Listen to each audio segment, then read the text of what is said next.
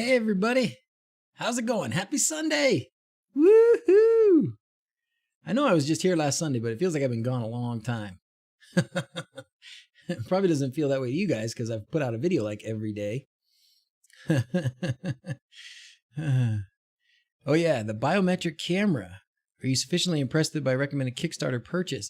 It's pretty decent there. You know what? Let's look at that. Let's actually look at that. So there was a lot to talk about. I was really surprised that how CES went for me. It was kind of funny. I go Seahawks. Are they playing already? Is it that time already? Oh, look at that. We got a new subscriber right off the bat with some flying, farting unicorns from the non-blizzard state of Michigan. Oh, are you guys not having trouble up there? Because I saw a lot of bad stuff about the Midwest. It was looking pretty bad. My CES videos are great. Thank you, Bearded Tinkerer. I appreciate that. You got to come with us one of these times. Are you in the States? I don't think you are. I don't remember though. We even had a nice little meetup. There was 4 of us YouTube people there, and 2 other guys showed up to say hi. 4 Tracks and Nexus, Mike and Jeff. It was awesome.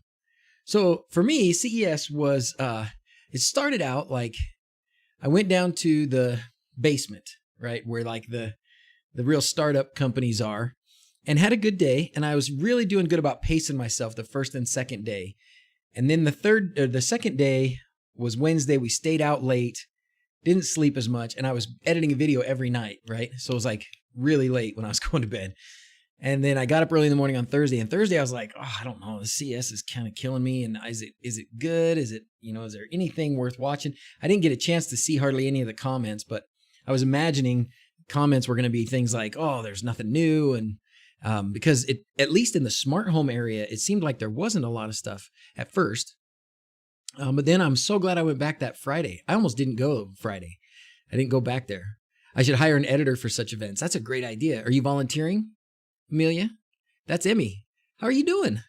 Welcome back. Glad you're here. Am I still awake after all that CES? Barely. No, we did pretty good. I got to say, I felt like I can speak for myself. I hung out with Rob quite a bit, mostly on Wednesday and Friday. We hung out a lot. The other days we were kind of on our own. But I paced myself. I tried really hard to pace myself. And with the exception of Wednesday and Thursday, I think I was successful at that.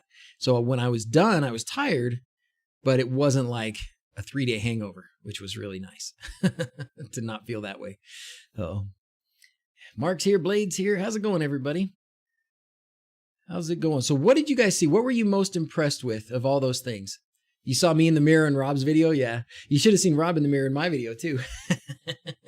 All right, Juliano. Let's do another subscriber fancy dancy. Oh, 4 Tracks. Yeah, 4 Tracks was there. That's Jeff. How's it going, man? It was fun. It was good, JD. The meetup was good. We need to make it, I think next time we'll just decide earlier. And next time I want to talk to more of the other YouTube guys that are there, because there were a lot. There were a lot of all sizes, big ones, little ones, middle ones, whatever. And it would be good to get everybody back together. Hey, Mike's here. Mike, I didn't get a chance to answer your text, but we'll chat. We'll chat later. They're basically just waiting for a decision, for a selection, a choice, whatever. The mirror door was pretty neat. The one thing that I hadn't seen in mirrors before that I saw in that one that I liked was the camera feed. And I was really happy with the mirror for the women. I just maybe that's like old news. And I think that's probably a lot of stuff. And I did get some comments like that. They're like, oh, hey, all right. Party animals. Do this one for you. A lot of people, and even Rob, when he was following me around or we were going together to places, and I'd be like, okay, this thing's really cool. And he's like, yeah, it's been on Amazon for like 2 years. Yeah, there's like 6 companies that make that thing. You can buy it anytime you want. Oh, okay. I didn't know that. So that was funny a few times that was the case. But I still think there was a lot of new stuff, and at least different ways to do some things. This camera. So here's this camera, this Athena. It's by this company that called Amarillo. And this was actually the guy that was in the video talking to us. This fella. Eric. And he, I don't know, I guess, is he the guy? I didn't think he was the main guy. But this is really cool. So we saw a lot of machine vision, right? A lot of it. And honestly, 99% of it is done on the cloud. It requires the cloud, which is why like Wise has, Wise on their $20 cameras, they have person detection. But if you use RTSP or if you've changed firmware, you don't get it anymore. It's because it has to connect to their cloud and come back. And it's because that's a lot of processing power. That is not light on the hardware requirements to do that kind of image processing and identifying. And then this down here where it says 95% or whatever, that's the confidence. So they're like, we are 95% sure that is fire. So these guys, I think this was the only one that I saw in the camera. I can't remember 100% for sure, but anyways, I almost bought one of these last night. We tried to get the guy to send us one. I don't even remember if Rob was there with me. I don't think he was for that one, but I tried to get him to give me one. He wasn't ready to give me one. They do sell, the one thing that makes me think this is probably an okay thing to do for a Kickstarter. I try not to push Kickstarters because I've been burned. Everybody's been burned, right? By Kickstarters. These guys do have other cameras. So if you look at their company is called Amarillo, but it's spelled funny. There it is. Amarillos. Amarillos. I don't know. What the names of some of these companies. So if you go to Amarillo, they do have, like, they already sell some stuff. So at least it's not like, oh, this is some dude in his basement, right? They've actually got a line of cameras. They're selling a bunch of them already. So they're just trying to come up with the, I guess on one side, gauge the interest, on the other side, come up with the cash that it takes to put something like this into mass production. They're not the prettiest looking things. And I said that to him. I was like, are you going for like the industrial look? Because you need to work on the design a little bit. It's not really sexy at all. So anyways, I almost bought one of these. If you guys, I'm not recommending, I'm not saying everybody should do a Kickstarter thing, but if you are interested and want to give it a go, there's the link at least. So, but the great thing about this was all of the image processing happens on the camera. So it's RTSP, all the image processing handles on the camera. You don't have to do anything else. The output from it, like what can it do? So far, it's a little limited. It's not going to say like send an MQTT message or something like that, but it was decent. It was decent. Too bad they're only 2 megapixels. Yeah, probably. They'll make something like Home Assistant Integration possible. Me too. We did see some other things, and I'll show you one here in a second. Don't forget, I'll send you a couple of cameras. Oh, cool.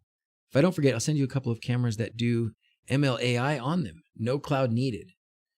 We work with some. Oh, Bearded Tinker. I'd love to see that. Links to cameras. Yeah, send me links to cameras. You don't have to send me cameras.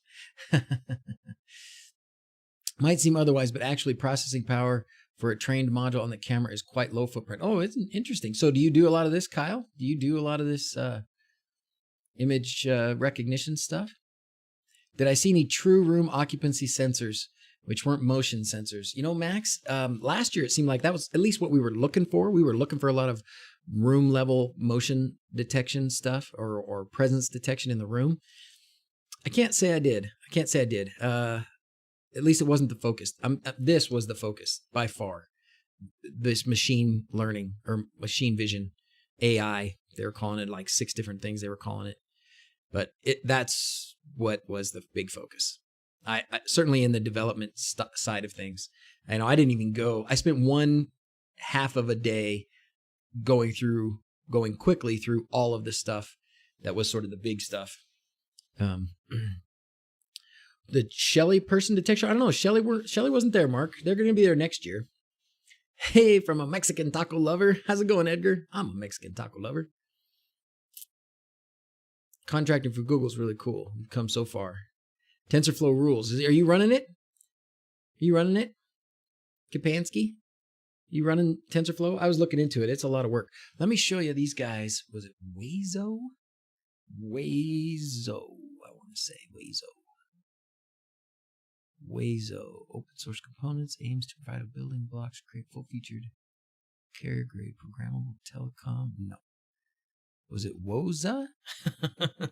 I might have to go look for my cards and see. No, it's not Woza. Gosh, what was the name of that company? I probably got the cards here handy somewhere.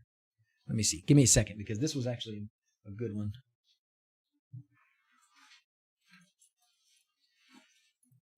Oh, here it is. Yep, good. I found it. So we did find some guys, young guys like early 20s, who are building a machine vision system that's in a box, kind of like the one I showed on the video from yesterday that I put out last night. That it was the small box. It was silver and yellow, but this was a different one. We didn't actually get any footage of them. But this is, Wazo. WazoSecurity.com. We talked with these guys for a while because they had a really good, that's their box.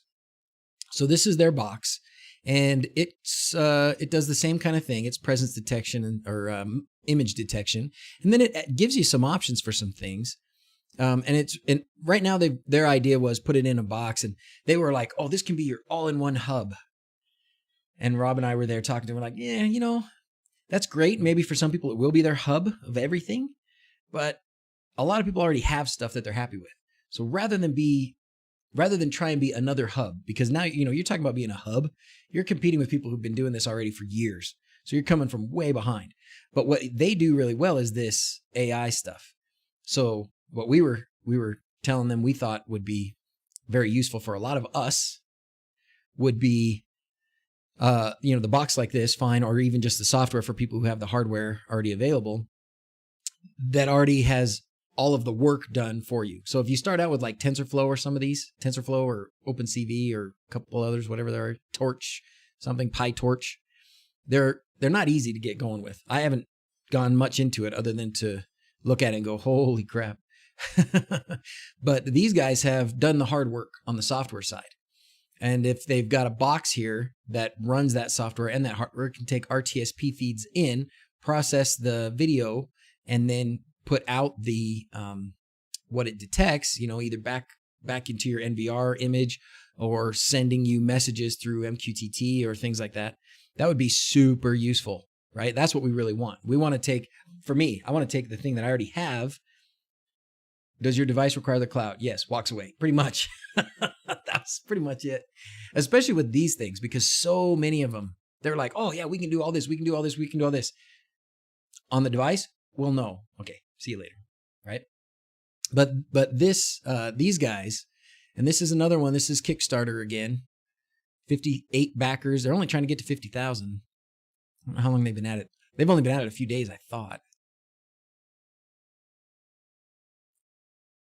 But anyways, these guys, they had a small booth, so I don't know that they were estimated delivery, October 2019. Oh. Are they done? Funding unsuccessful. I didn't even look at that. I wonder if maybe they've tried something else. Here's WazoSecurity.com. Get on the list. Anyways, that was something that we wanted to get to. We want to get into. I want to use and understand. Google Corral stuff on CES. You know what, Frank? If it was, I didn't see it. It probably was, but it was probably over in the main hub of things, and I didn't go there. I was looking at little things. You liked the UL portion. UL is doing a standard for IoT. Yeah, thanks, Blade. And I got an email that I need to respond to about that. Because, that's what they're doing. For those of you that didn't see that, UL, who does our listings of, I don't know if you want to call it safety or something like that, of devices, make sure that your light switch doesn't burn your house down kind of thing in the US, they're starting, or they have started in the last 6 months or so, a grading system for Internet of Things security. So they'll take a device, they run it through its paces, they check it out, and they decide where it ranks in like 6 different categories based on, you know, what they do and how secure they are. But I went back to the booth. I went there once, talked to the marketing director, went back, and they were doing some big display about something else. Went back, and there was nobody there that could answer any technical questions. And the marketing director couldn't answer any technical questions. I was asking him, like, what specifically are you using to grade them? Like, give me some examples. And the marketing guy couldn't do it, which was kind of funny, but I guess maybe not.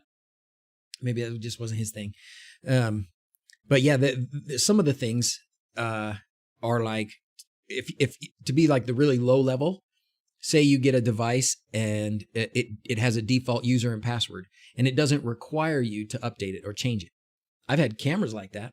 You know, that you get a camera. This is an Amcrest. You get a camera, and the username is admin and the password is admin, and it never requires you to change it.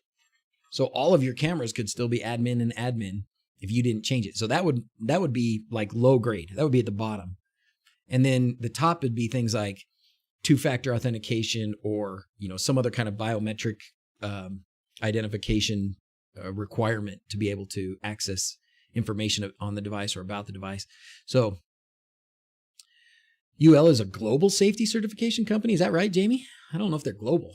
Most of the countries don't seem to care about the UL.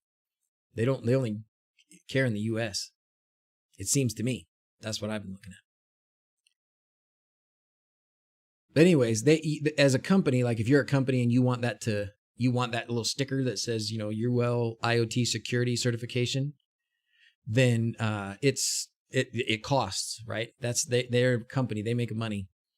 That's what the wiki says. Yeah, that's what they say about themselves probably. But honestly, nobody cares outside of the US, maybe Canada. But anyways, it's good for a lot of things. Like I don't think anybody else is doing that. I don't think there's anybody in Europe that's taking on that role of you know, we're gonna look at these devices and we're gonna decide and give you an idea of how secure they are.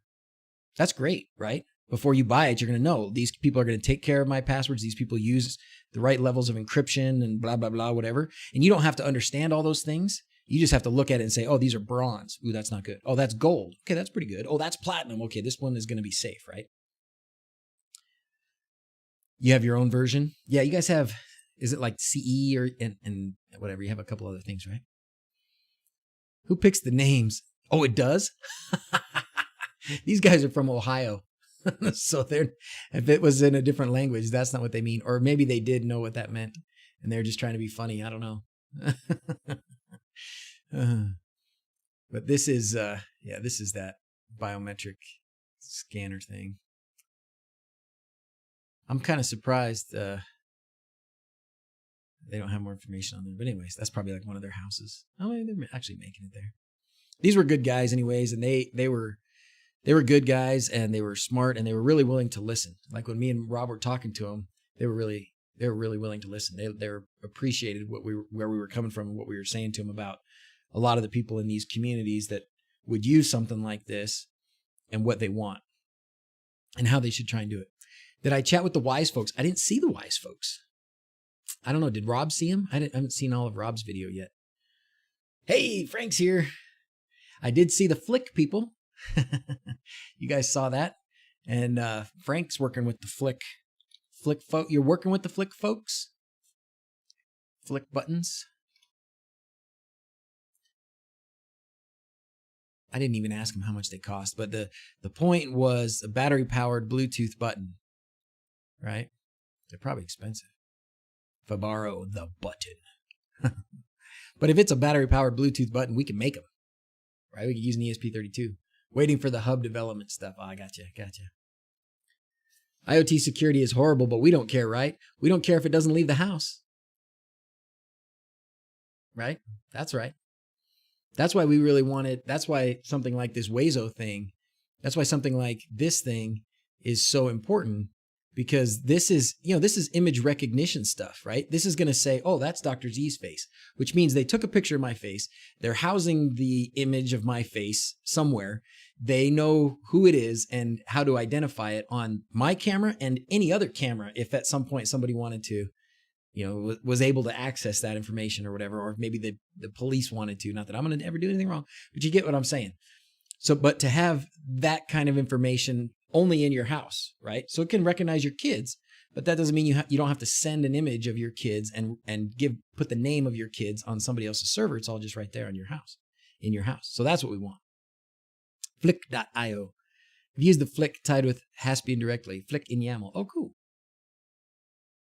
A couple of smart things buttons, very similar to Flick, but no hub needed if you have a Zigbee stick. I guess if you could do I guess a Zigbee button's the same thing. I don't know why Bluetooth made me so happy, but it did. Deployed something like that for work. Time in and time out. Oh, cool. It's cloud-based, though. Yeah.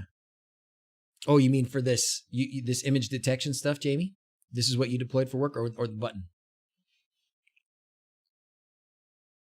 Netflix on your TV, and it killed the connection. Oh, no. I killed the Netflix connection, or Netflix killed my connection?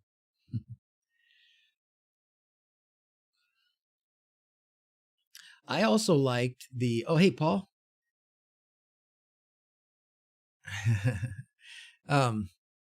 I also was really happy with the that car kit. So what I started that video with yesterday, that car kit from, I don't remember what country the university is from, but they have an autonomous car kit. And I did do some research after to see, like, does that exist? Can you buy that? And I can't find anything that's as complex as that one was. That one was like really good for, like, these are all of the sensors and these are the things that we put in a real autonomous car. I don't think it had LiDAR, at least not on the basic version. No, Mr. Happy, I don't think you have. Thanks for blocking that. The Cybertruck one. That's right, Fortrax. Yeah, the Cybertruck one. I thought that one was really cool. I really want that. I would really like to have one of those. And that was another booth where I was like, can I please have this? Can I take it home? I'll buy it. I will pay you money. Please let me take this home. And they just didn't have any that they could do that with. So. How much did I pre-order? I was really good. More than I didn't. I tried a couple times. Like I said, last night or the night before. No, was it last night I was coming home? No, it was the night before. It was Friday night. I almost ordered this because I got on this this Kickstarter one. This one. Yeah. I mean, it's the same product, but I almost got on here and they still had room for this super early bird, $179. So $179 for this camera that has the AI stuff inside of it. I was tempted, very tempted. Oh, my mom's calling. Sorry, Mom, busy. I know she's probably going to ask me about, so I'm just going to talk to her later. Yeah, this is good. So that's good, Frank. I'm going to show that. And if you didn't get a good feel for the size of those flick buttons, this is an example. So here is a Xiaomi button, right? Is that what that is? Yeah, Xiaomi button and the Philips Hue dimmer button. Look how small those flick buttons are. They're like the size of a quarter. They're really pretty tiny. And you could just stick them anywhere. Push a button and it'll send a signal. I've taken my Xiaomi button, not this one, the one I have that was about that size, is like the mini button, and put it in the wife's car for the garage door. All right, Kyle, thanks for subscribing. It's Where Squirrel Time.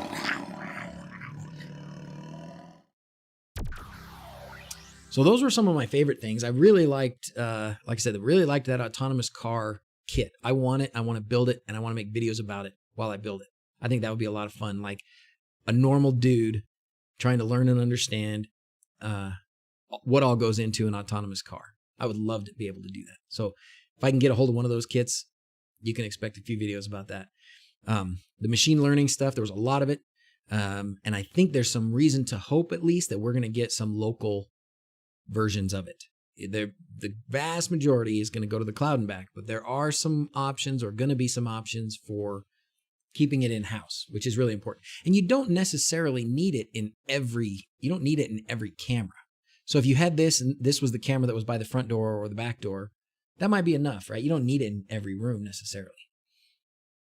But if I could, or the other thing about these guys, these Wazo guys, is if this software was available, if they would just sell their sort of, because taking TensorFlow and getting it to the point where it's doing this is a lot of work for somebody. And these guys have done a lot of that background work. So if you can take that background work and distribute it to people, that would be really helpful. And then we could implement it on our own in one camera or maybe multiple cameras if we wanted to. Oh, 4Tracks has got some dash buttons if anybody wants some extras. Have I bought the Sonoff dimmer? I actually, you know what? They sent me the Sonoff dimmer. Look at that. I got the Sonoff dimmer. We could pull it out of the box. Let's see if this camera's turned on. I haven't spent much time here. Hello, everybody. Hello, Polson. Does anyone know if Flick 2 buttons are easy to set up in Home Assistant? Anybody? I don't think so, but I don't know. What is Seamus saying here? You can buy Flick buttons that are meant for specific functions like music, camera, etc., but Home Assistant doesn't care which button it is and just works, and they're cheaper too. For the Flick buttons, awesome. How well does your Sonoff motion sensor work when connected to a light switch? My mom's keeps leaving the bathroom light on, so if I can use the motion sensor with a Sonoff, that would be great. It works great, Asa. Do you have, oh, you mean, you're talking about in your mom's house, right? So she doesn't have Home Assistant?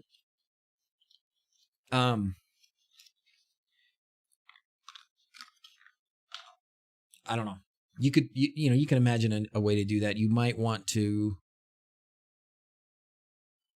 it works pretty well. And it works pretty well with the motion. So I have them on the BH on O-Freeze, which everybody was asking about that in that video. I think I posted enough stuff on that to say, what that actually was that I was saying. People are like, what are you talking about? What's a BH103? So, but I use the BH103, but I'm sure you could use a Sonoff the same way. And then in Tasmota, you can set it so when the motion sensor hasn't been activated for a certain amount of time, it turns off the light. You could do that all on one device. You could do it on a Sonoff or on any Tasmatized switch. Those BH103s, it's in ESP Home, the ones in my house, but it would all work.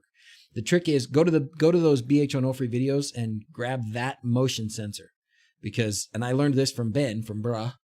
A lot of motion sensors have some interference problems when you get them working with these ESP8266 boards and stuff.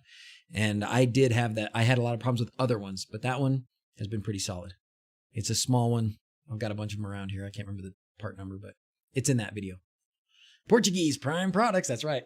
So this is, let's turn it on. Let's see if we can turn this camera on. Mess with it a little bit. It works at least. That's good.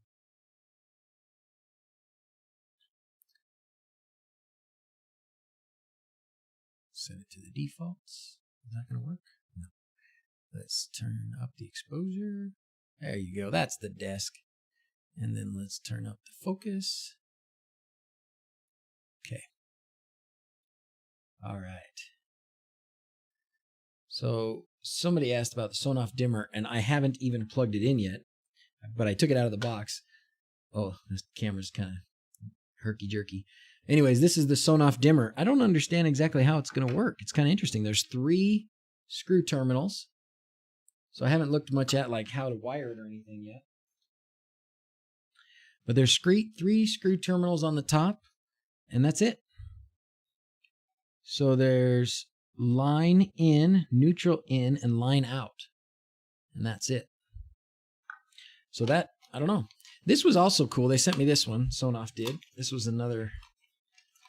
This is their micro. So they had the mini. This is the micro, and it's a USB Sonoff, basically, which is a little tricky. I was hoping that they would have this, have the AC part on this, the plug. But anyways, you plug this into USB power, and then you can plug some device in here, and now this is a smart switch. You can use the button, but of course you can do other things with it. I'll open it up. I'll see what the software or what the firmware does. It's probably the DIY mode. I think this one probably is too. So we can play with the DIY stuff, the DIY mode, but then we'll put Tasmota on it and see what happens, right? That's what I think.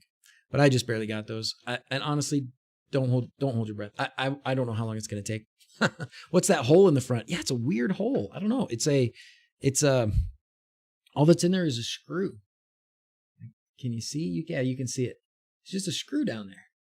I don't know what that does. Maybe that's, I don't know. I was going to say maybe it's some kind of sensitivity. And then there's this little hole over here. I don't know what that's for either. So I'll have to see. It's a different chip. Oh, really? Sonoff. So the micro. Oh, so Leon knows the micro.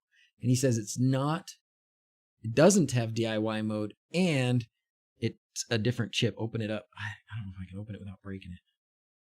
I'd rather work on it. Let me work on it a little bit, and we'll... it's like all glued together, so I'm going to have to work on it a little bit. I wish I could say it was just a screw. We could open up this dimmer, maybe.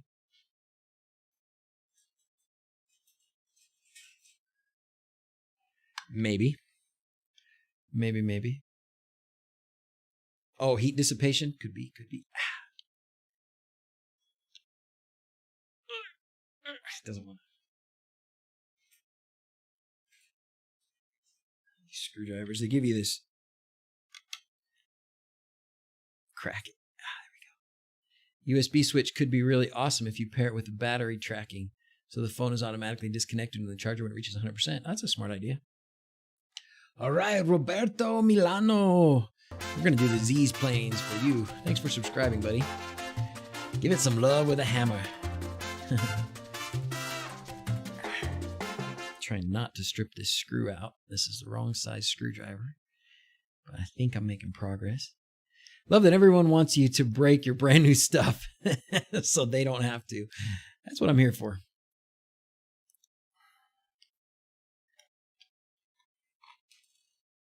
Okay, I got a screw out.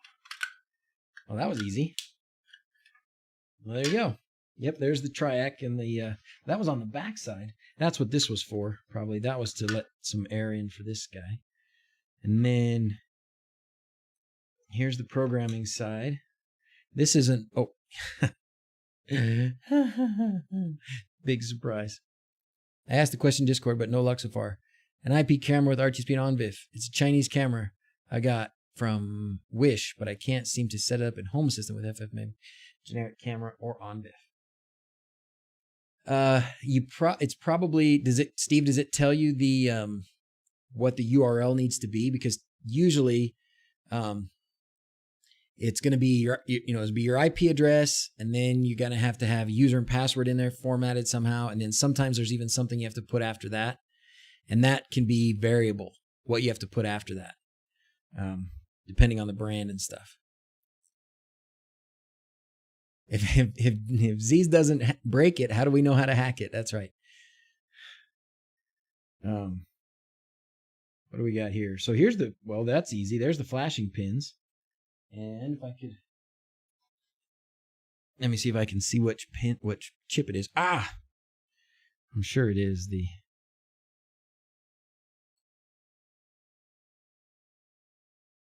Yep. Oh, it looks like it says 8385. Is there such a thing as an ESP 8385?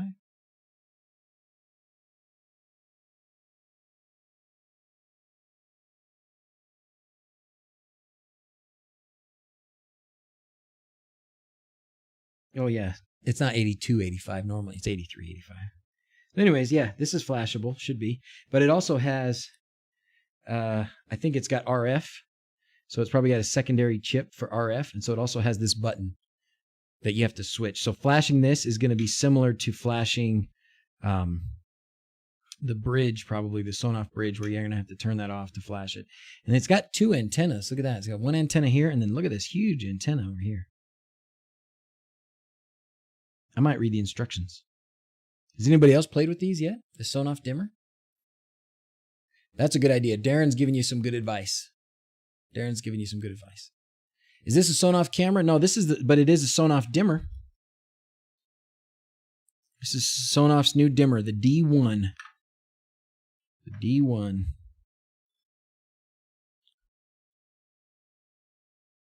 It's got a buzzer. Recognize some of these components. Yeah. So that'll be fun. Check it out. I've got the Shelly dimmer as well, so we could do a little comparison between the two. The problem is time. Time. I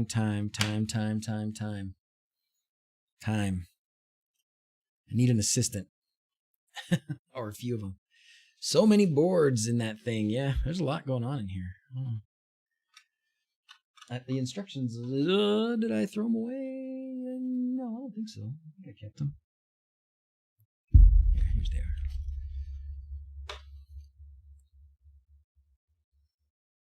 The big one is for RF. Isn't that so far away? It seemed like it was so far away. What you got? VIOP on Home Assistant. What?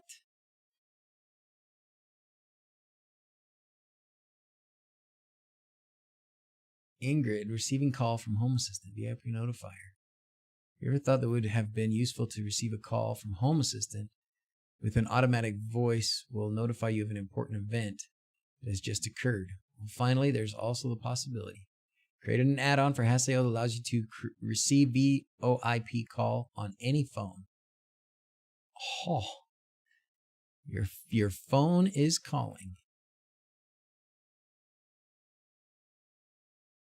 Looks like it's going to be in, well, most of the instructions are going to be in another language so far, unless somebody's done the translation. But anyways, there you go. That's cool. Brendan, thanks for sharing that. Bring out the squirrels. Huh? Gwendor, thank you for your comment on the video. A lot of people making CES videos, and I appreciated that. You said something about mine being one of the best ones you saw, so thank you for that. It's a tricky thing. It's a tricky thing to know. I guess maybe it's a good recipe that I have that I don't. I obviously want it to be popular, but I know I'm not going to be able to go into the big things and compete with. Well, you know what? I didn't go see Samsung Valley at CES. I didn't, Blade. I went, like I said, I went to all the small stuff and said, hey, this is what else is going on at CES, basically. This is what's in the basement. So, lots of interesting things. Peanut Fan Club. All right. What were we doing? Anybody remember what we were talking about? I don't. We did have a fun meetup. We need to do that again. Derailed again. I have derailed. That's all I do. I live off the rails, baby. I don't have ducks in a row. I have squirrels, and they're everywhere. I stole that from somebody. I don't think it's mine. Automatic voice calls and Home Assistant. Check it out if you're interested. That would be really cool. I'm going to quote you on that one of these days. This is what goes on in the basement.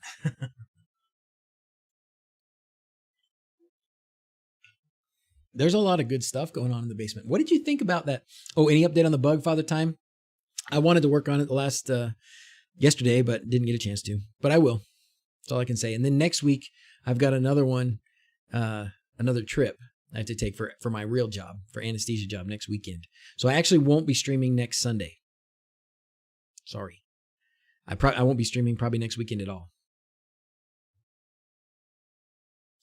But I am going to try and work on the bug.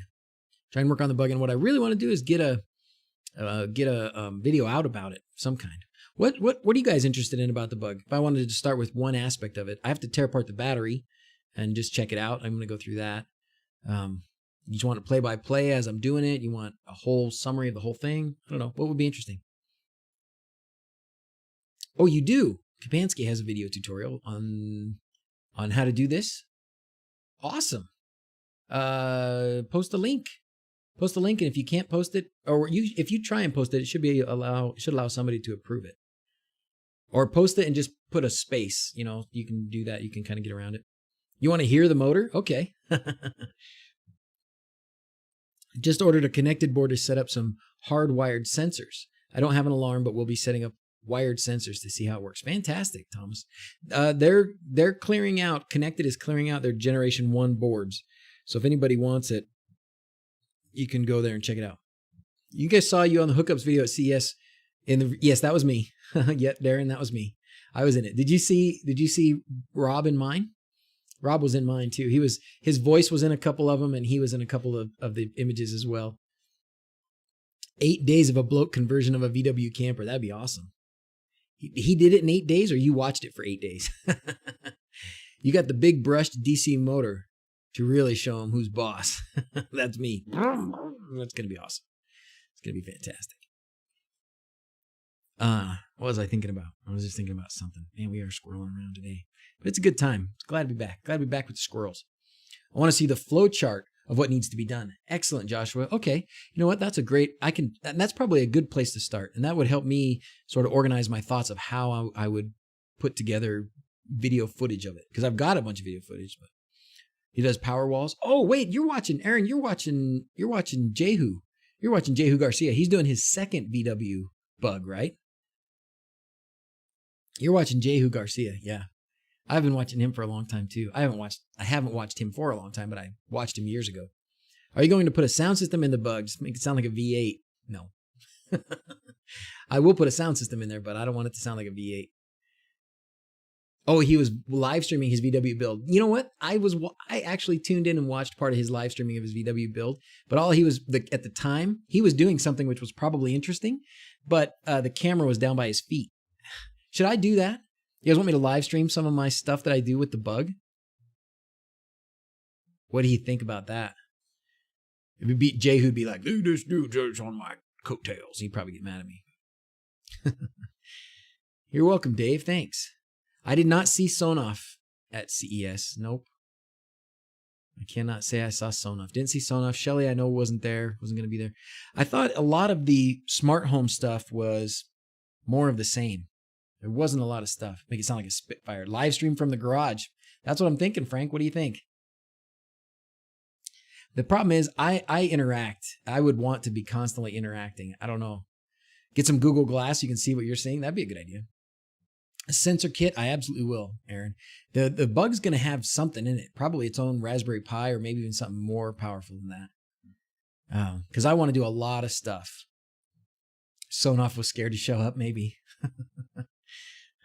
I did see, what I noticed this year was tons of camera companies that all had cameras that are all the same.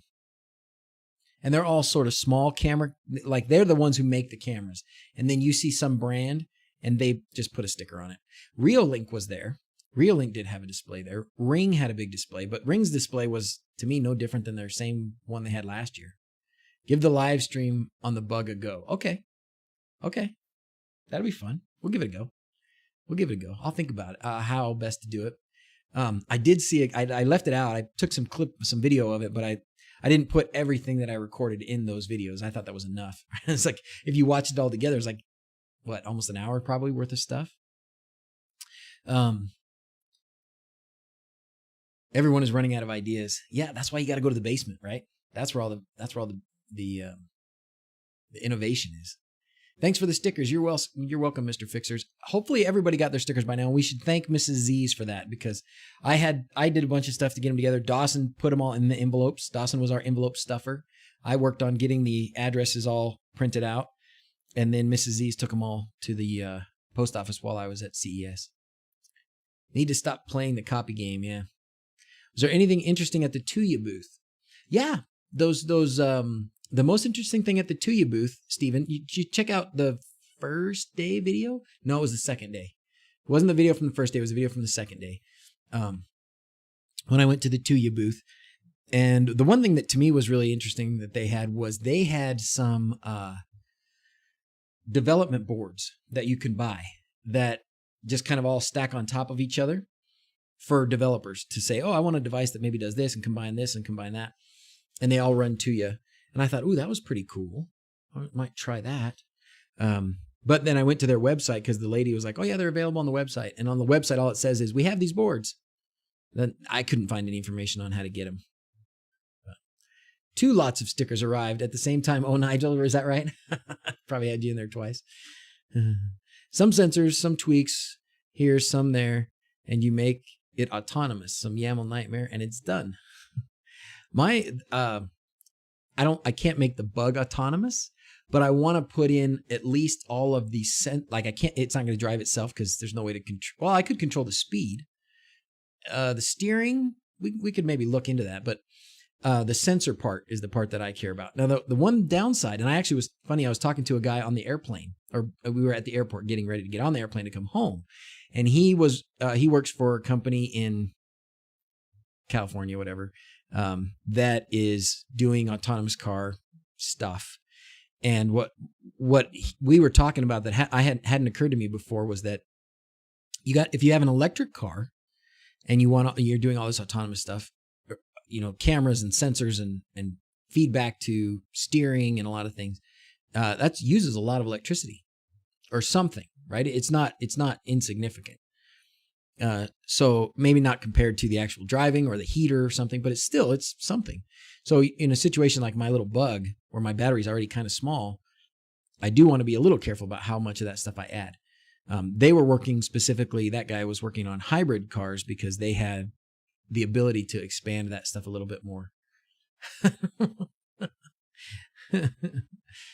Thank you, Thomas. Let's see what else. Finally catching a live stream. Thanks for being here. Glad you're here. Cheers from Pakistan. Thank you, guys. Get the autonomous car kit you saw at CES and upscale it to the Bug. That's the plan, Alan. That is the plan. And even if it's not that Bug, it might be a different car, but at least I want the sensors and the cameras. I'm like, there's no reason why we can't have all of those sorts of camera images from 360 around the car, specific warnings when something's getting too close. Those kinds of things are totally possible. All right, new subscriber. Thank you, Josh. They're totally possible, and they should be happening, and they should be happening with the ability to retrofit old cars. Now, car companies that make new cars, they're not going to care about retrofitting old cars. They don't want you to retrofit an old car. They want you to buy a new car. But I don't want to buy a new car. I like my old car. I just want those things on it. So I want to retrofit it. There's probably companies that'll do that.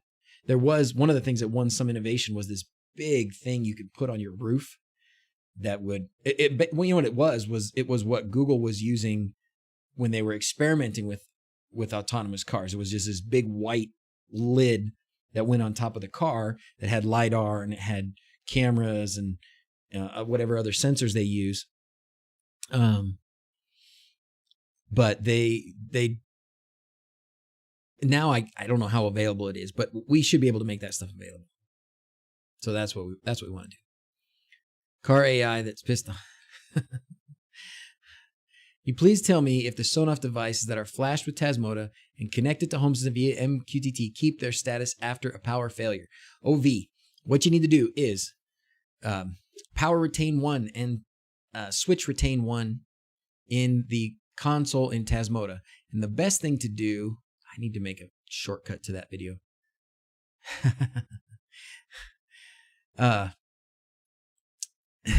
The best thing to do is to watch Rob's video. So it's one of Rob's all-time best videos. Hook up Rob. Here's my subscriber list.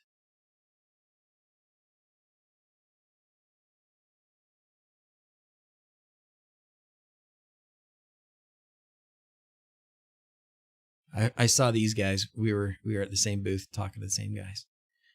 Where's Rob? Why is he not on my list? He should be on my list of... Oh, there he is. So he's got an old video about MQTT, and he explains very well what to do to make sure your status is right. So there's our videos from last year. Did much better this year. Look at that. He did really good with that one last year.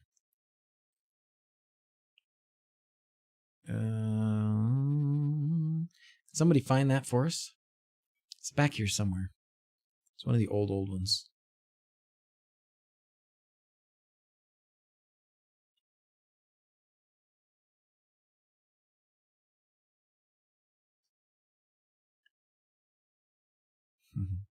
It's back before he did very good with lighting and stuff. Not that I do good with lighting.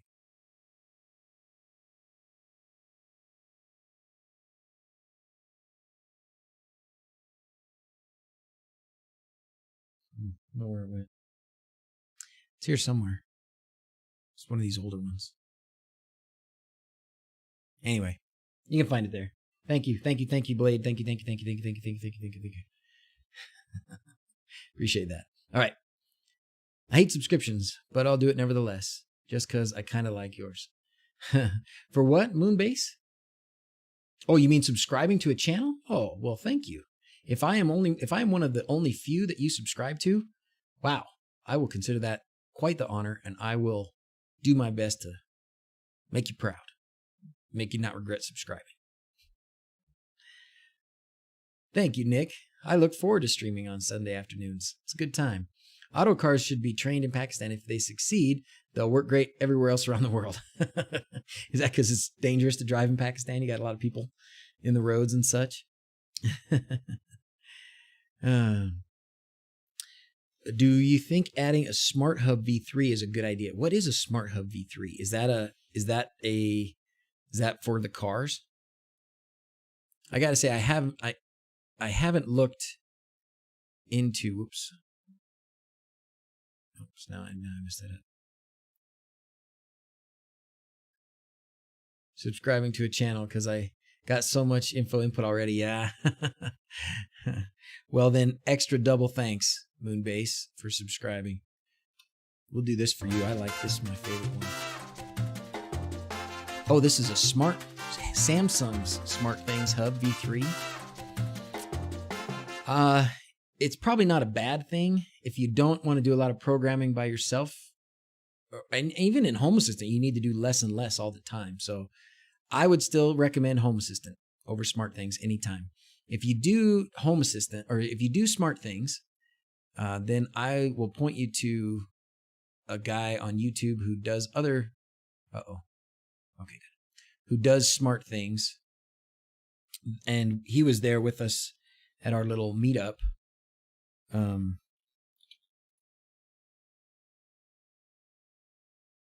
Reed from Smart Home Solver. He's a good dude, and I liked him. He's a nice guy, smart guy, and he uses SmartThings, and he really tries to focus his channel on people that aren't going to want to get under the hood too much. So, breaking things with every update, but I prefer them still. Home Assistant, yeah. It's gotten better. Do you think it's gotten better, Moonbase? I do. I certainly have. And it's probably a combination, right? Hopefully, breaking changes are occurring less often, but also the more you fix breaking changes yourself, the more you identify them when they come through the notes and you fix them before you have a problem, the better you get at it. So it becomes less of an issue.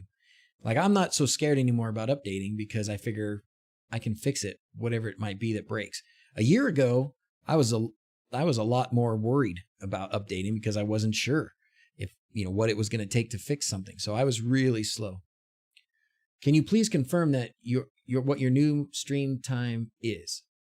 My new stream time, we did this one clock one time, right? This time zone clock. So generally it will be at 1 p.m. my time. Okay, so this is Salt Lake City. Salt Lake City. So right now this says 2 p.m., but generally I'm going to be streaming at 1300 my time. Okay. Now that means that in London, it's going to be 8 p.m. In Australia, it's going to be 7 a.m. Where else? I think, what else should we put on there? Netherlands is about the same, right, as London? A little later, yeah. So where's anybody else want to know? Okay. Anyways, so this is 1 p.m. on Sundays is going to be my normal time for 2020. Love the snapshot thing. And that's right. If you know how to do the snapshot thing, it's a piece of cake. It's all over the board, but we'll hunt him down. Israel? Okay. One of the things I really liked about the basement at, did I spell it wrong? Oh yeah, AE. 10 p.m. in Israel. One of the things, actually, somebody was here from Pakistan, right? And a lot of these things are probably about the same. 1 a.m. in Pakistan. At my place right now, it's about 2:30. Word of the day, basement. That's Blade's new favorite word. Poland, just for fun. You got it.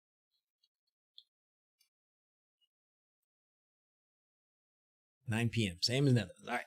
Watching on the train from Melbourne, Australia. I ran into a guy a guy on the airplane who was from Australia, and he's working on a smart home company, Signet. Now, Signet, yeah, maybe any of you guys from Australia heard about Signet? It was, I think, he was a nice guy, and he's actually here still in Utah skiing for a few days. But he was talking about this stuff, and I was like, oh, yeah, I know about this stuff. I don't know about his specific things, but what he was talking about. He even is using eWeLink.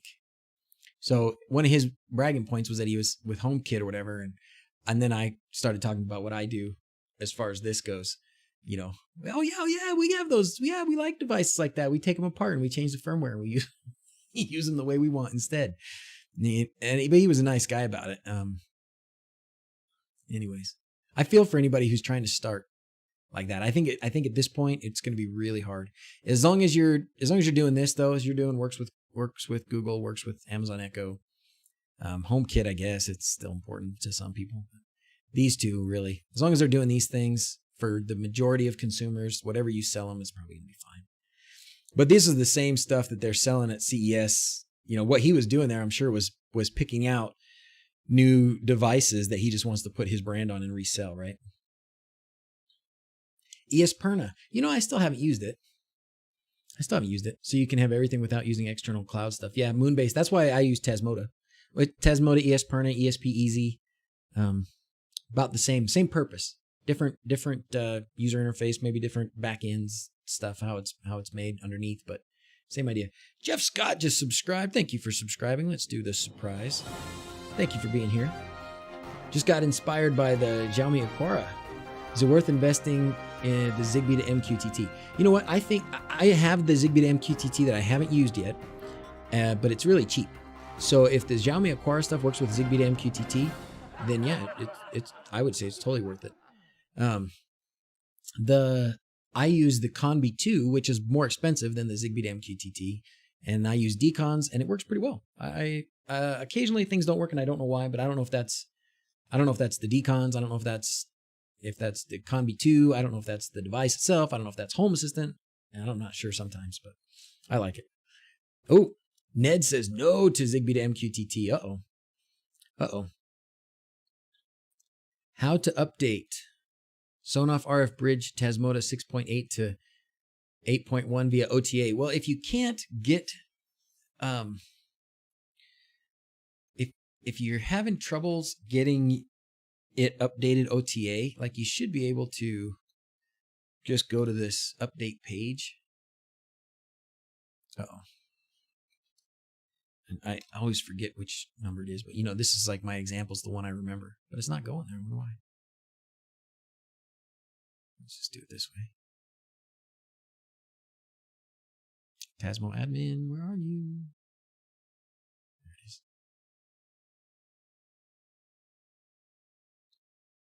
is. So let's just try number 2. We should just do that instead.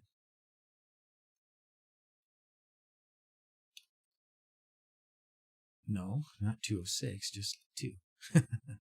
Oh, this is a really old version. If you go firmware upgrade, so start upgrade right here should do it. This should connect you to a new version of Sonoff INO bin that'll update. If you can't do that, then you can go to Tasmota, you download the version that you want from releases, and then you put it on your computer and you just update it this way. You can put any bin file you want on there. So that's the process. It's on that page. And there is a migration path, and that's true. So when you're going to Tasmota, go to the migration. But I think if you're at 6.6, I think you're past any of the real problems. if you can't do it that way, then sometimes you might have to do minimal first. Somebody post that. Post a link for that upgrade path, because it does say like if you're using 5.1, you have to go to this, and then you have to go to that, and it does talk about that a little bit. What if I forgot the Tasmota password?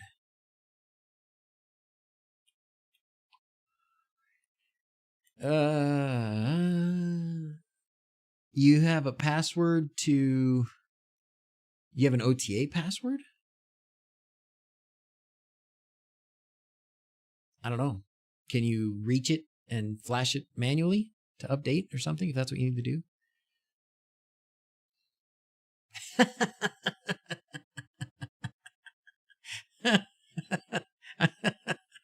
He's still here. Still.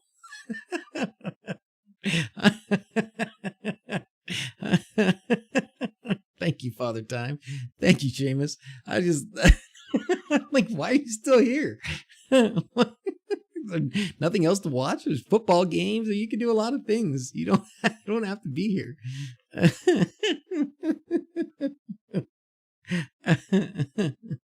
Oh man, that's funny. Sorry. Thanks. My Home Assistant interface looks cool. This is one of the new themes. I don't know how new they are, but this is the themes from the community store. If you go to the community store, oh boy, looks like I need to do some updates. But you go to the community store and over here in themes, and you can grab some themes, and it'll give you little instructions if you have to change some things. I had a little bit of trouble getting the background to show up, but now that I've got it, it's pretty cool. It's pretty cool. Isn't that funny? Flash a blank file and reflash Tasmota. Never use a Tasmota password. Instead, I have a working firewall.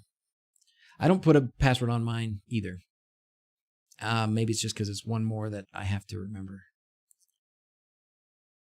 If it's easier for you to pay more, go for it. What's that, Gad? Let me see. Just watch this. With shipping. Football's boring. This channel's much better. Awesome. Thanks. Where do I buy all my Sonoff products from? They send me stuff anymore. I haven't bought a Sonoff thing in a long time. They just send it. But I look for the cheapest price. Sonoff directly from their website usually has the cheapest price, but you have to pay shipping. So that then sometimes turns out to not be the cheapest price. In that case, AliExpress, or I've gone to Banggood in the past. Banggood sometimes will have good deals. All of those options are going to take a while. Occasionally you can get lucky, and there's some seller on Amazon that has some Sonoff things in stock that they are trying to move. It's an interesting thing how selling on Amazon works. I've been looking into this, and if you have products that you want to sell, you're on Amazon, you can buy the products from China, whatever, you ship them to Amazon. They'll hold on to them, and then when there's orders through Amazon, they'll ship them out for you and do all that stuff, but they'll charge you a bunch. And if you're not selling stuff, they'll charge you for having the stuff sit there. So sometimes you'll catch a sale on things like a Sonoff or whatever if they haven't been selling, and the person who's selling them doesn't want to pay Amazon rent on their warehouse space anymore for those things. So Sonoff says coming soon to Amazon, but AliExpress have the cheapest price. Stupid delivery times, like 30 to 50 days. Yeah.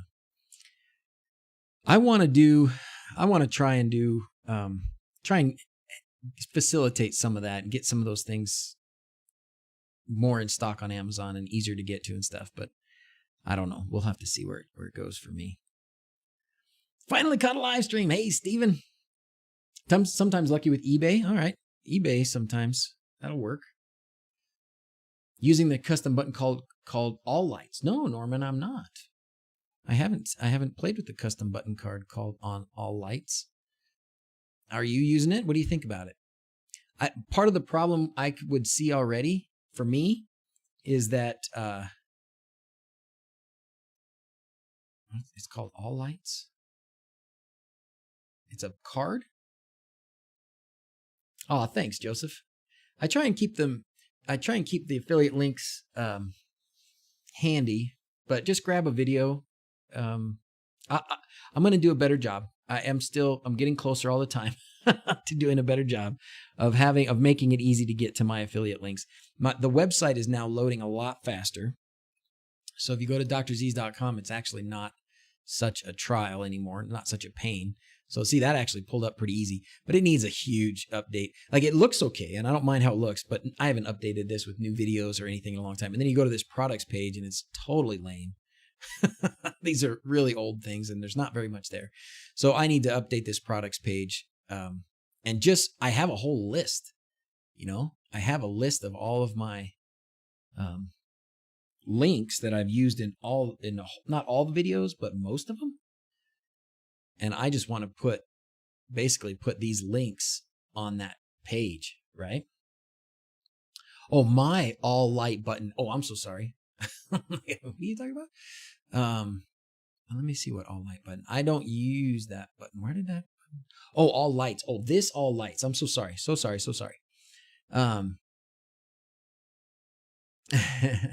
That all lights button is for my outdoor lights. So that's for all my WLED lights.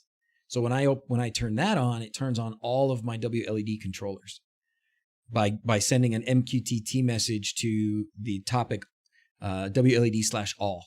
And then, so they all get that. And then they all respond to these things here: speed, intensity, palette, presets.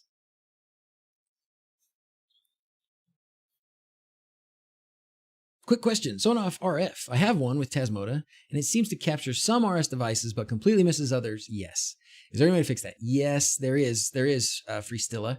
I'll advise caution, because I know I was talking to Rob about it and some other guys, and it requires changing the firmware on the other chip that's on that board. So it's not an ESP8266 thing, and it's not Tasmota. It's the other little RF chip on there. And it requires changing the firmware on that little device. And a lot of people have had troubles with it. And once you mess that up, it's done. It's over for that device. So if we go to, does anybody know what that's called? Has anybody done it successfully? Is Jenny here? Pinky Wafer? She did a video about it, and hers seemed to work for her. Let's see, RF.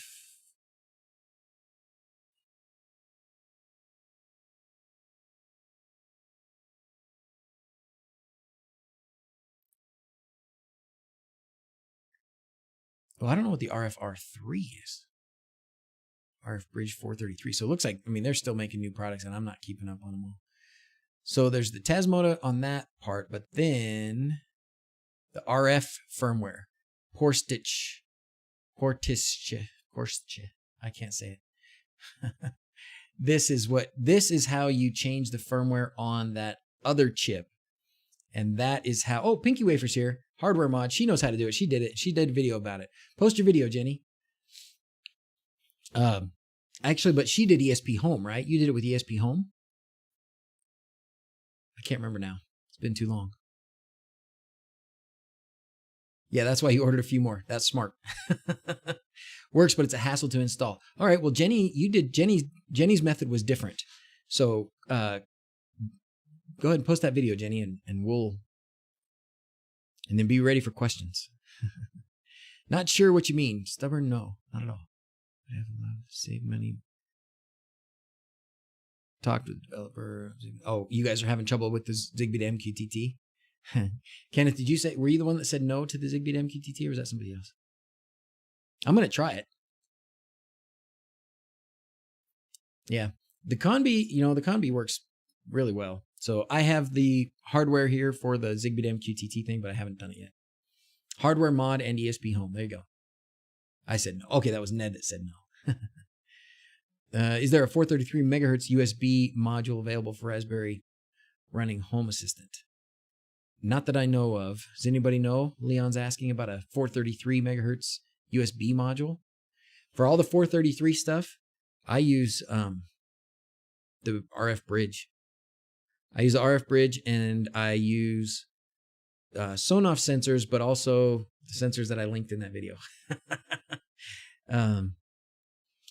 If you can't post the link, Jenny, send it to me, or send it to Seamus, or one of these guys and let them post it, or post it with some spaces and they'll fix it. Like, we got to figure out how to make that happen so that people, I don't want to ever, you can't just open up free link posting, obviously, but we're getting big enough that every once in a while we get a troll, huh? That's, but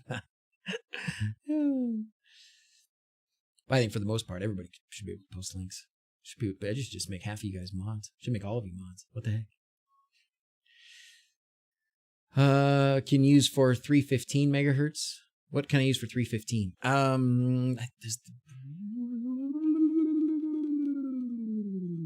Good question. I don't remember. Oh, you did that for your link? Mod me. There's Pinky.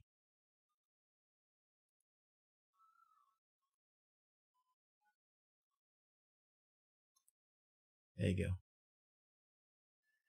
Broadlink RM Pro. Does that one do 315? It might. I thought now I'm all confused because I thought, oh no, I know what it was. The bridge, the bridge uses 433, but some of their switches, some of the Sonoff switches were using 315, right? And they changed it. So I think they've changed their RF on their switches to using 433 instead of 315. Wise has their USB adapter, which is 915. Works great with their sensors, no issue. Super fast. Completely stopped using 433 because of how quickly they respond. Nice, Joe. I'm aware via the cloud that you can call Home Assistant automation events via but can you do it the other way around? Use Home Assistant to call. Yes, you can, Tony. Are you using Nabu-Casa? If you're using Nabu-Casa, there you go. Altrine is telling you, yes, you can. Yes, you can. Right? Go ahead. Tell them how you would do it. I would set up. You can if the device that you're using to trigger the automation or to trigger the routine is already a device that you can control with Node-RED. Okay, there you go. You can do it with Node-RED. The way I would do it without Node-RED, you could do Node-RED. If you have you can make it a binary sensor. You can make it just a switch that's not a real switch. But you can, if through Nabu-Casa, you're on your Amazon Echo app, that device shows up, then you can use the state of that device to start a routine. So you can say, start this routine when something happens, and you can do devices, and you can click the device, that switch or whatever, that binary sensor. And then, did somebody say Blade? They're here. They need some Node-RED. And then you can do your routine with Amazon Echo, app criteria, whatever, after that. So you just use the device to trigger something. The device that triggers it just has to be already recognized by Amazon Echo.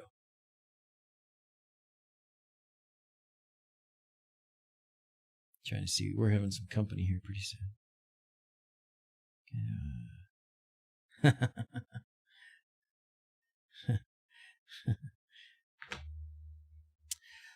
Did I use the Motion Eye Home Assistant plugin? Is it any good? Yeah, I thought it was very good. The issue I had with Motion Eye was that my hardware was just not keeping up. So it was really, Squirrel is right. Huh? My hardware was not keeping up to Squirrel. So it was starting to slow down everything else about my Home Assistant.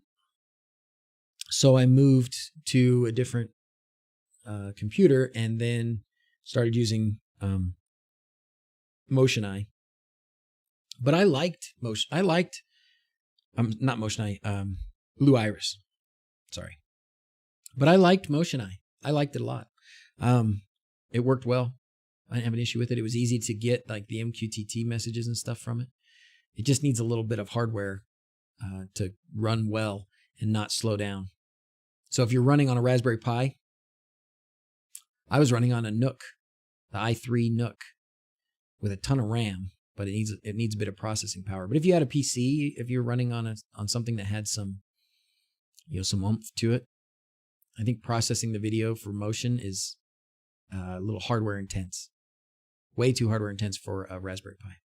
How much better is a Raspberry Pi 4 than a 3B Plus for running Home Assistant? I love that question, Steve.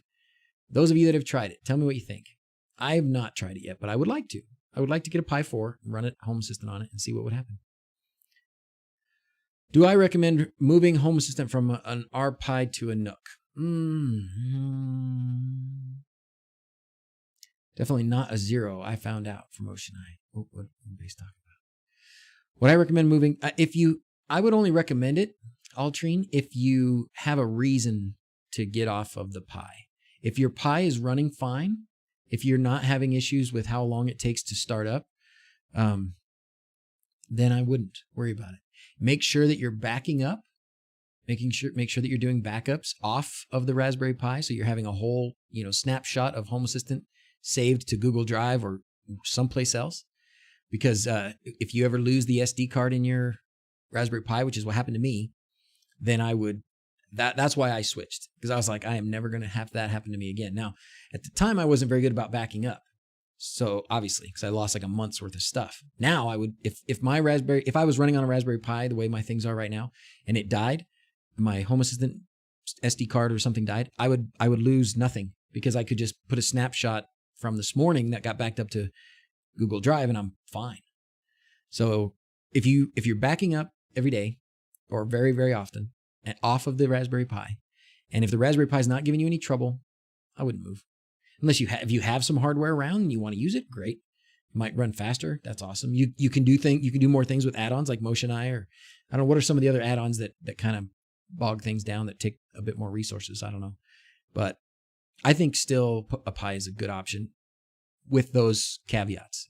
Make sure you're backing up very frequently off of the Pi, and then you just have to kind of watch what add-ons you add, because something like Motion Eye would slow things down quite a bit.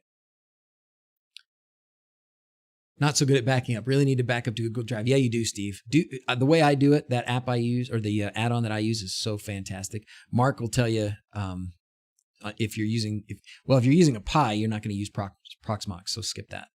Never mind that. Can start using VS Code. VS Code, and Frank's here now. I don't know how VS Code add-on is for the Raspberry Pi. I don't know if it seemed to me that I was having some issues, that VS Code was slower than like the configurator. So that's why I've been using the configurator. Check out Node-RED projects. You'll love it. Node-RED is awesome. VS Code doesn't work on the Raspberry Pi. It doesn't work. Okay. The configurator works, and the configurator works really well, and I use the configurator. The configurator and Ator. Oh, which reminds me, who was it that was asking me about that? Somebody was asking me about my configuration. Oh, and Jeff's not here. You're going to love this, Frank. Oh, here, and I know Frank's told me this before. Raspberry Pi, just no. Pine 64 Rock Pro or the Odroid N2 with eMMC, no SD cards. So, and we have Hass.io can run on those. We can install Hass.io on those, no problem, Frank. What do you say? Total crash last night. It's rebuilding the system from the ground up. Totally. Definitely going to back up the disk image this time. Oh, poor Sean. I'm sorry, buddy. I'm sorry. I hate hearing that. VS Code with auto completion of entities. That is pretty awesome. That is a pretty good reason to use it. When I'm working on like my laptop or on my PC and I'm editing my files directly, then I use those. But if I'm just here and I just want to quickly change something and I'm at work, I don't want to VPN and all that stuff. I can just pop right in and make some quick changes. It doesn't have all of the bells and whistles of VS Code, but it works and it's fast. So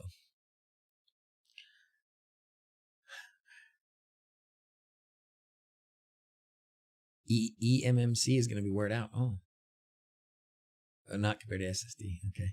Does anyone have a link good USB serial adapter debugger? Anybody got the link for the you're talking Zigbee to MQTT, Kyle, right? That's why I backed up to GitHub Dropbox, make a copy of my snapshots. Yep.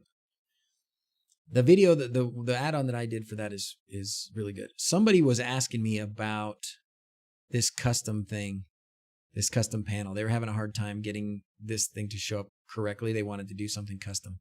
So this is, I need to copy that and give it to them, but they're not here. I don't remember who it was. I'd have to look at it and see. in my Discord messages. Anybody else having issues with Tasmota devices offline today? 2 bulbs and 3 Sonoff basics, and none are reachable today by IP and no MQTT. Uh-oh. Any issues with your router, Steve? It's probably just a local thing. I don't think that there would be anything, unless there was some auto update. It's possible, but unlikely. Haven't been able to figure it out. Try restarting the router. That's where I would start. It's probably some kind of an IP address change, but I don't know. You rebooted the router too? What other reasons are there for those things going offline? I don't know.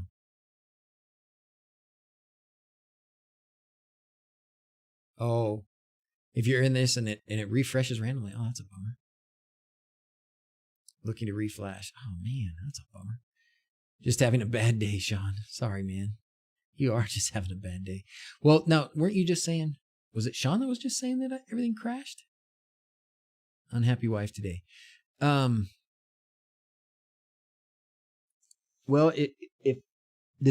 are you redoing if you're redoing your Home Assistant and stuff, did it get a new IP address? That's all I have like one solution. Yeah. My solution is one IP, your IP address changed, something changed. The MQTT IP address changed, or the devices changed, or something. Sorry, brother. Can't get to any Tasmota devices. Can you try looking for, it's possible they had a power outage that did off, on, off, on, off, on quickly and put them into Wi-Fi search. Okay. Yeah, look and see. There you go. Rob's got a great solution. Look and see if they're broadcasting their access point Wi-Fi SSIDs. Not seeing any access points for any of them. Oh man. Am I backing up secrets.yaml? Yeah, I'm pretty sure secrets gets collected there too. I think it's everything. Unless you can do a partial.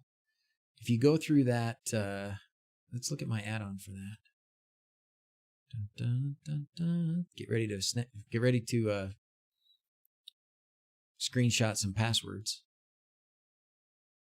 Where is the Hasio stuff? Developer tools, that's not it. Hasio. And then if you go to add-on, back up to Google Drive. I don't remember what this has for passwords. Probably nothing. Oh, it does have a backup directory thing. But when you go to the web UI for this, no, that's not it. It's a different one.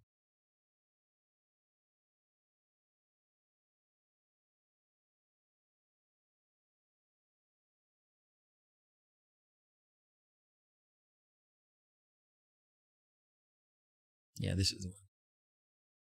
It's funny, I've been updating the wrong one. Sorry about the theme. It makes it a little hard to see.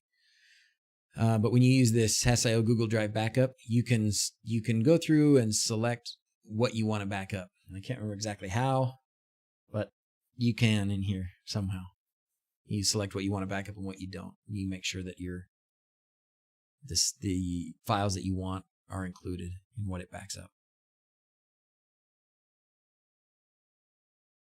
And I'm pretty sure I'm backing up my secrets, because I don't want to have to mess with anything. If I have a day like poor Tibbetts, I just want to be able to reinstall Home Assistant, drop in a new or this last snapshot, and be done. Can use Fing to see if anything shows up. That's a good idea too.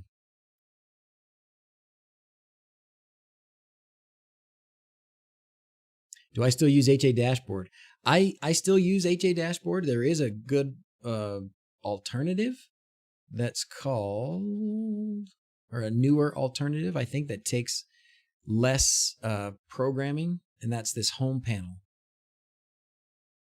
I don't remember. Oh, Grafana, no. I don't remember. I did have this, but I don't remember what it is, and I have to look it up. But if you look at home panel, we can go look at the site, the home panel page. So you can do this home panel add-on, and it's got the ability to make a nice display too, like that. But just a Lovelace page, honestly, you can make a Lovelace page anymore if you want specific things on a page. You can make a Lovelace page. Like this one is the one that I display on my Google Home Hub. And that's why it's called Hub. So this is all the stuff that I want on that page. So when I cast to that thing, this is what shows up there. So you can do the same thing with, you know, a browser on a tablet. And just make it look like this. HA Dashboard was really great in the days when we didn't have the ability to make a nice looking interface like this, not with this kind of ease. Now we can, so it's pretty nice. But if you don't want to just do a Lovelace page, if you wanted to do something else, then that I would check out Home Panel. But I still here it is, Home Panel. But I still use my HA Dashboard.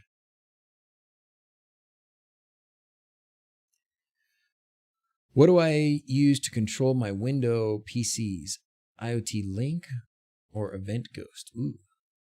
Oh, my Windows PCs. You know what? I don't do anything about that, Shaggy. I've thought about it. Like, you know, having Home Assistant control something on a Windows machine. I don't do that, but yeah, I don't know. Maybe somebody here can tell us what they use, but I haven't done that. Feel that this is a good time to plug my redesigned Lovelace. Bring it. Plug your redesigned Lovelace. Let's see what you got. Can I break down Home Assistant, Lovelace, HAS.io differences, etc.? So I'll give you the big picture here. So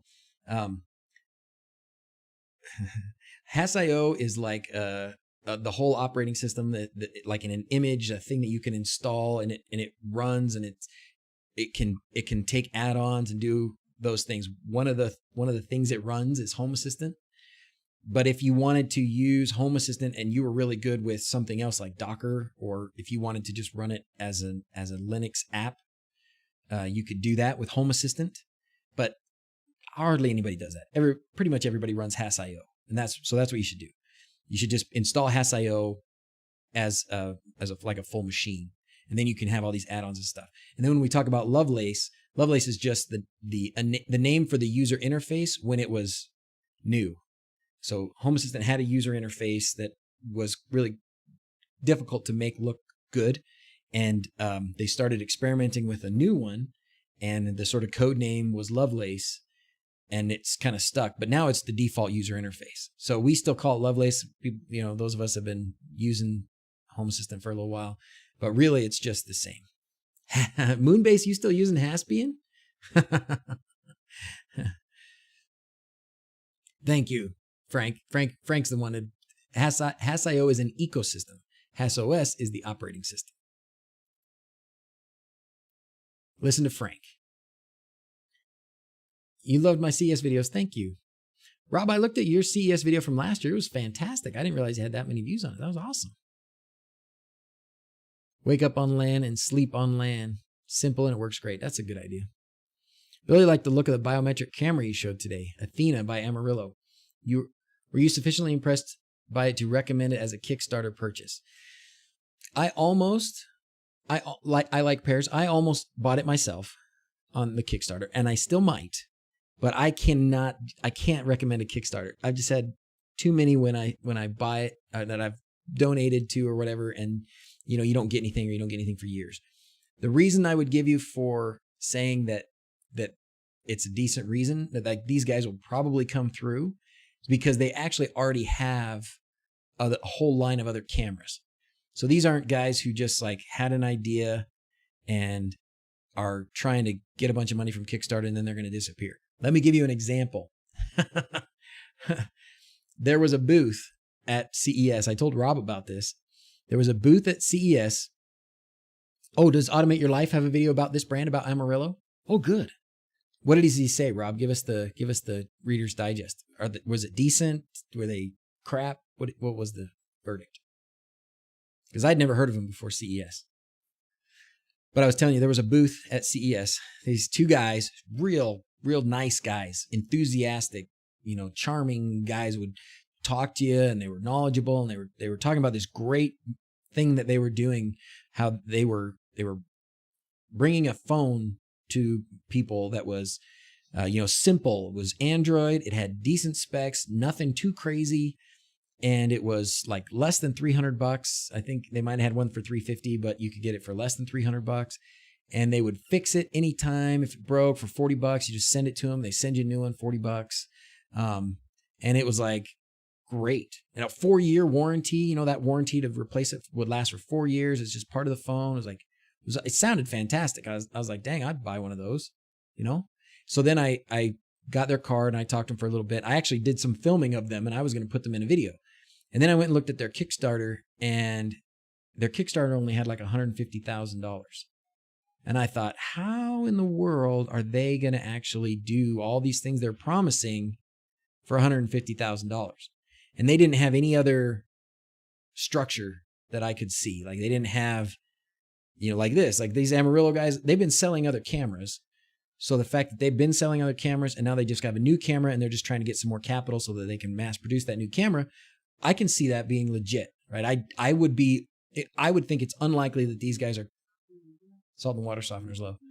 I think it's unlikely that these guys would just disappear and not fulfill their Kickstarter things. As a comparison, this is like one extreme versus the other, right? But I still would hesitate to ever say anybody should do a Kickstarter. I might do this one myself personally, but I don't want to be responsible. I don't want to be responsible. But yeah, give it a try. If you're inclined to take the risk, I mean, it's an all on the camera solution. So I still might do it. They're here, huh? Yeah. Okay. We've got our friends here. Our company just came into town. Let's do sign off. I'm going to have to go. Yeah, we're going to have to do sign off. Do you want to bring everybody up for a second? Yeah.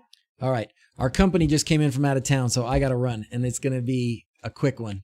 It's going to be just like, hey, we got to sign off. So it's going to grab some kids. We're going to sign off. We'll skip the stickers for today and all that stuff, but he didn't have the Mac Daddy one. All edge-based detection. Very wary of Kickstarters. Been burned a few times, yeah. I'm still waiting for a pair of wireless headphones from like 5 years ago. All right. So are you guys it? We're going to get any more? Okay. Hey, guys. We're not going to do an enter. We're not going to do a stickers. We're just going to have to sign off because I can hear them. They're here, and they're having a party downstairs without me now, so I should go be a good host. But Grip Lock Ties, thank you. Rob, we sure had a good time. That was fun. So thanks for being here. Everybody, we'll see you soon. Won't be next Sunday. You have green on your socks? Okay. Won't be next Sunday. I don't know for sure when we'll stream, but watch the calendar, watch Discord, and I'll let everybody know. So you girls ready? Yeah. Oh, wait. We're going to do... Invisible egg. Oh, it is an invisible egg. What if it was my eye? Ah, there's a hole. That's cool. Your ear. My ear disappeared. There's a hole in my head. All right, hit that like button. See you soon, guys. You ready? We're just going to do it normal. As always, thanks for watching. Till next time, adios. All right, have a good Sunday, everybody. We'll see you.